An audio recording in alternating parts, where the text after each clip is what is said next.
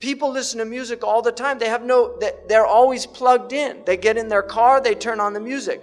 They walk, they put in their earphones and they listen to their music, and people have long playlists. They spend a lot of money on these things. And so they're lost. They don't have free time to think anymore because their lives are filled with sound. So the demons have immense tools that they've never had before, and they're using them very effectively. And we're, unfortunately, the people of Haqq are not using them effectively at all.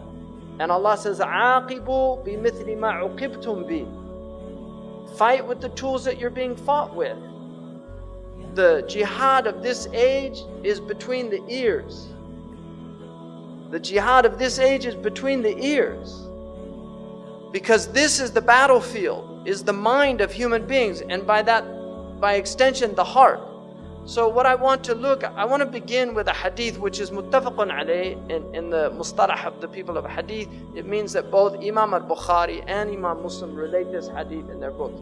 They relate it in a section called Bab al-Fitan. The fitna in Arabic is a very intriguing word because one of the meanings of it is intriguing, right? In other words, it pulls you in. So a fitna, the Arabs, I don't know why, but the Arabs call some of their daughters, they call them fatina, which means she's a fitna. She's somebody that causes fitna, right? In other words, she's attractive or seductive. You're attracted to her. So fitna is something attractive about it. People like fitna. I'll give you an example. You have Muslims that don't do anything. They sit around, they watch TV, maybe they go to the masjid. But when a fitna happens, suddenly they become so active. And they're on the phone, and we have to do something about this. And they really get active because fitna excites people. There's something compelling about it. And this is why in the Sahih al-Bukhari, when fitna happened, one of the greats, and this is the beauty of the Sahaba, because they were one of the many beautiful things about them. They knew that the Prophet ﷺ loved poetry. The Prophet loved good poetry.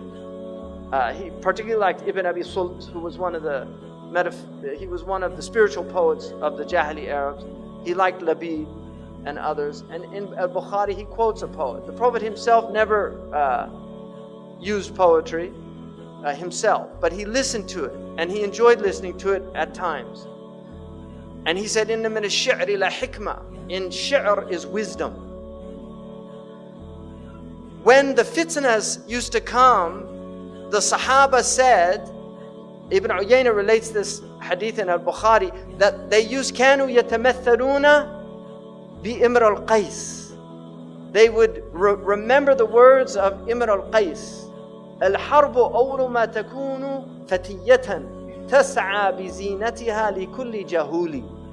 When war first shows up, it's like a decked out woman seducing every ignoramus.